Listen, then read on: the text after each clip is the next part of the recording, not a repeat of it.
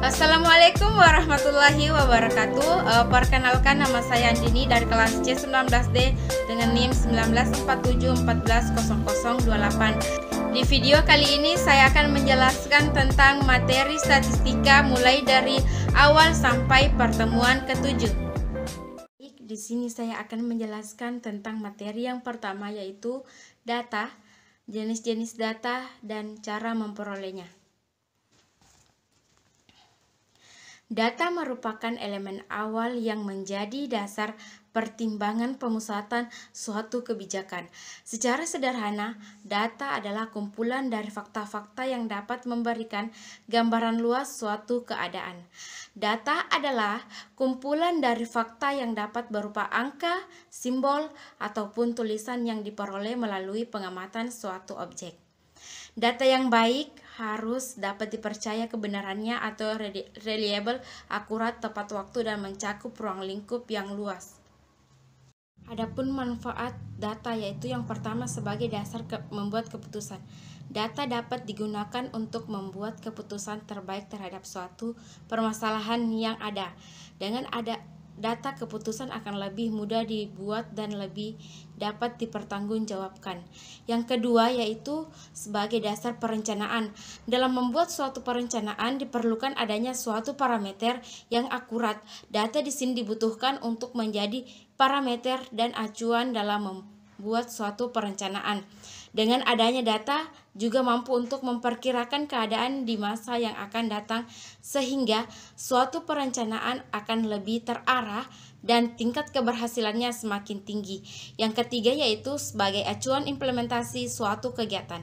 Dengan adanya data dapat dijadikan suatu acuan atau tolak ukur untuk melakukan suatu kegiatan. Dan yang keempat adalah sebagai bahan evaluasi.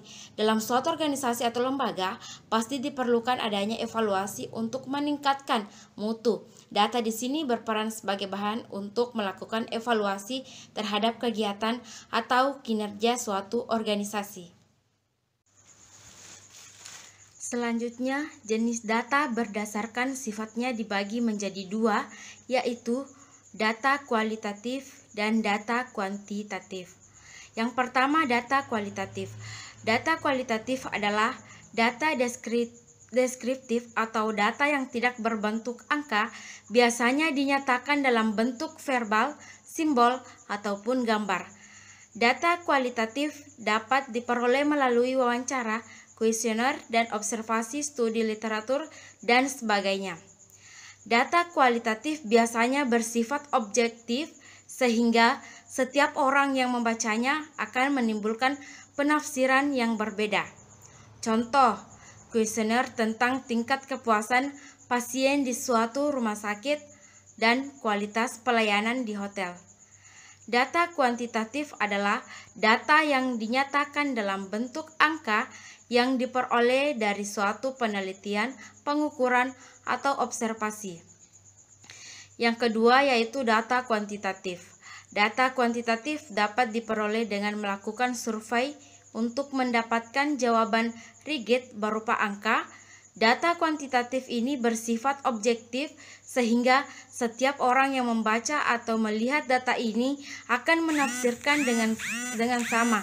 Contohnya, umur saya 21 tahun dan tinggi badan rata-rata di kelas A adalah 172 cm.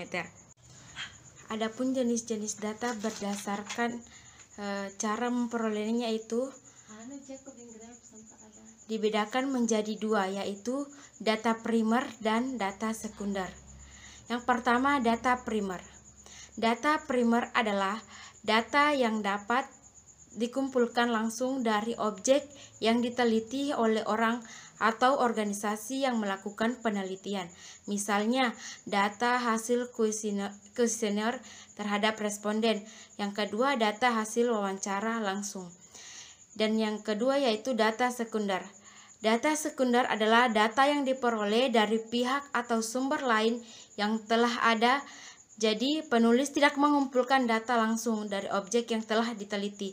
Biasanya, data sekunder diperoleh dari penelitian-penelitian terdahulu dan data diterima dalam bentuk jadi seperti diagram, grafik, maupun tabel. Contohnya, data sensus penduduk oleh BPS dan data penyakit kanker yang dikeluarkan oleh WHO. Selanjutnya, jenis data berdasarkan sumbernya. Yang pertama, data internal. Data internal adalah data yang diperoleh langsung dari suatu organisasi atau tempat dilakukannya penelitian. Contohnya, kebutuhan tenaga kerja di suatu perusahaan dan tingkat kepuasan karyawan di suatu institut. Yang kedua, data eksternal adalah data yang diperoleh dari luar organisasi atau tempat dilakukannya penelitian. Data eksternal ini biasanya digunakan sebagai pembanding atau antara organisasi lain dengan organisasi yang bersangkutan. Contohnya, data kependudukan yang dikeluarkan oleh BPS dan data penjualan produk perusahaan lain. Selanjutnya adalah jenis data berdasarkan waktu pengumpulannya, yaitu data cross-section adalah data yang diambil pada satu periode waktu tertentu sehingga ia membutuhkan data di waktu lain jika ingin melakukan perbandingan.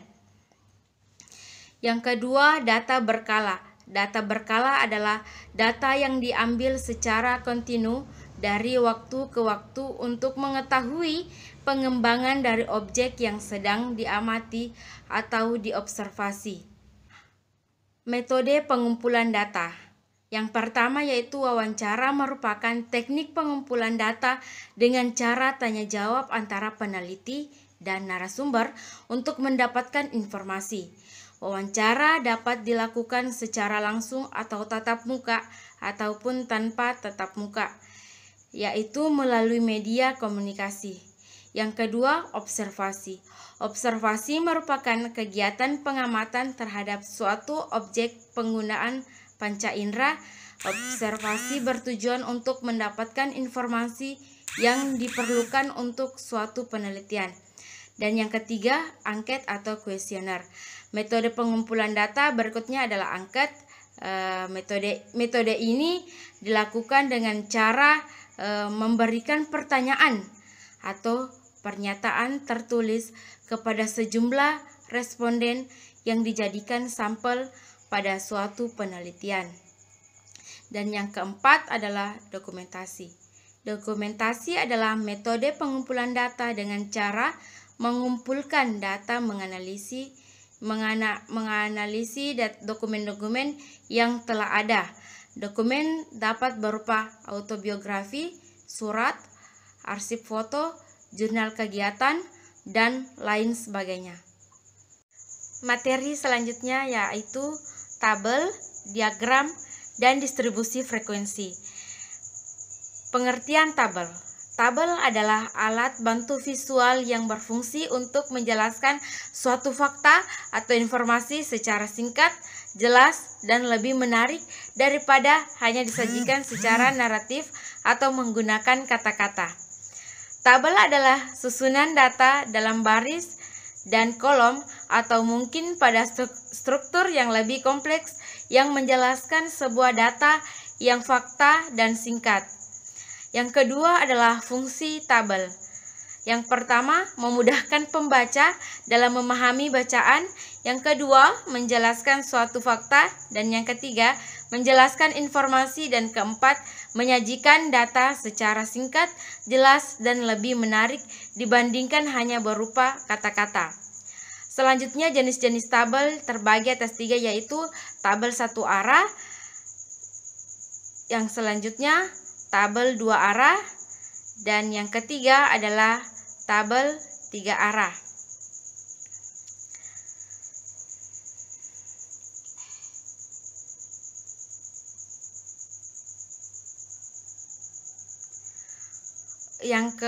Yang selanjutnya adalah pengertian diagram.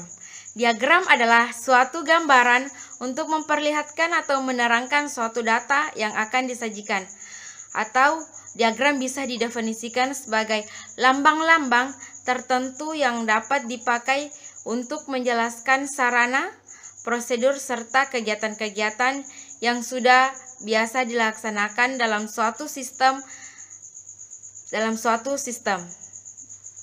Selanjutnya, diagram terbagi atas beberapa jenis, yaitu diagram garis, diagram lingkaran, diagram batang, diagram pencar, dan diagram peta. Selanjutnya adalah materi tentang pengertian distribusi frekuensi.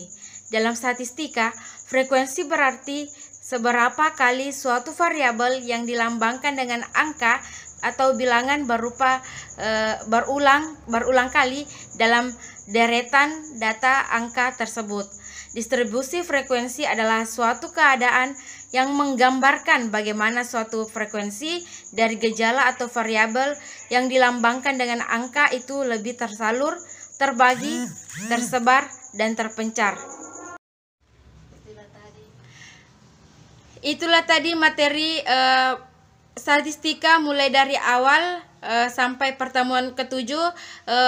Mohon maaf apabila ada kekurangan dan salah-salah kata, karena kesempurnaan hanya milik Allah. Demikian, wassalamualaikum warahmatullahi wabarakatuh.